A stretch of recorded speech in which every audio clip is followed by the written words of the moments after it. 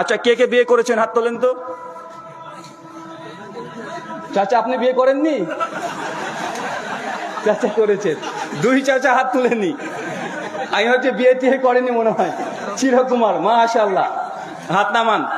আর কে কে বিয়ে করেননি তারা হাত তোলেন। গরিব, এই কটা মুসকিন।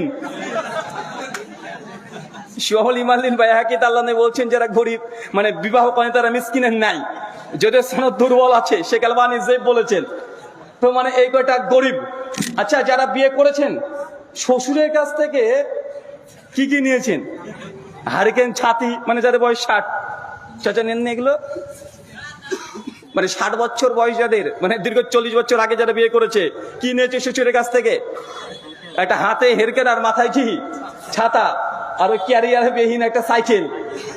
মানে না হলে বিয়ে করতে যাবে না। ভাই ছিল কি ছিল না? ছিল ভাই, ছিল না এগুলো? আরে মানুষ এগুলোকে গুনাহ মনে করে না।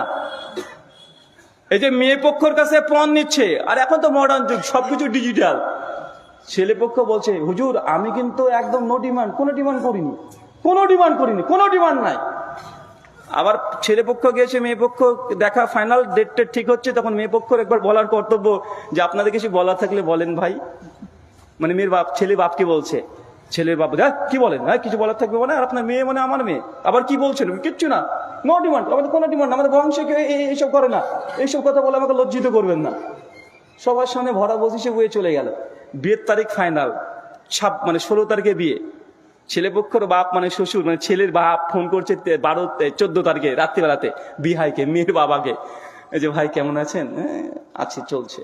যে জানেন তো মানে আমার ছেলে না, এই তো বিয়ে তো সামনে আর 2 দিন পর ভাই, তাই না? যে হ্যাঁ ভাই, প্রস্তুতি কেমন? বলছে আলহামদুলিল্লাহ, একদম প্যান্ডেল ট্যান্ডেল সব রেডি হয়ে গেছে, আমাদের সবকিছু বলে দিয়েছি, কার্ড বিলি হয়ে গেছে।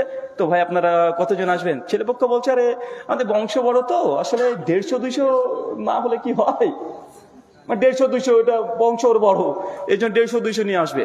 ছেলেপক্ষ তখন ভাবছে যে, ছেলে বাপ ভাবছে যে কিভাবে যে বলি, বলতে বলতে হঠাৎ করে বলছে যে আমার ছেলে না বিশাল বুদ্ধি, ওর যা বিজনেস মাইন্ড আছে না, যা বিজনেস মানে ব্যবসার, মানে যেরকম ব্যবসা বুঝে না, মারাত্মক ব্যবসা বুঝে। আরে ওর যদি মানে কিছু টাকা থাকতো না, ও একটা কিছু হয়ে দেখাতো। বলেন তো বিয়ের 2 দিন আগে ছেলের বাপ মেয়ের বাপকে কেন এই কথা বলছে? মানে ওর ডিমান্ড নেই, মানে ও বুঝিয়ে ও বলছে না, ও কি বলছে যে আমার ছেলে বিশাল বুদ্ধি, যে টাকা পয়সা ইনভেস্ট করতে পারতো না, ও অনেক বড় কিছু করে ফেলতো। ছেলেটার মাত্র 3 লক্ষ টাকা আছে, 6 লক্ষ টাকা লাগতো, মানে আর 3 লক্ষ টাকা যদি ম্যানেজ হয়ে যেত না, এখানে ইনভেস্ট করতো, মানে মাসে কোটি টাকা ইনকাম করতো।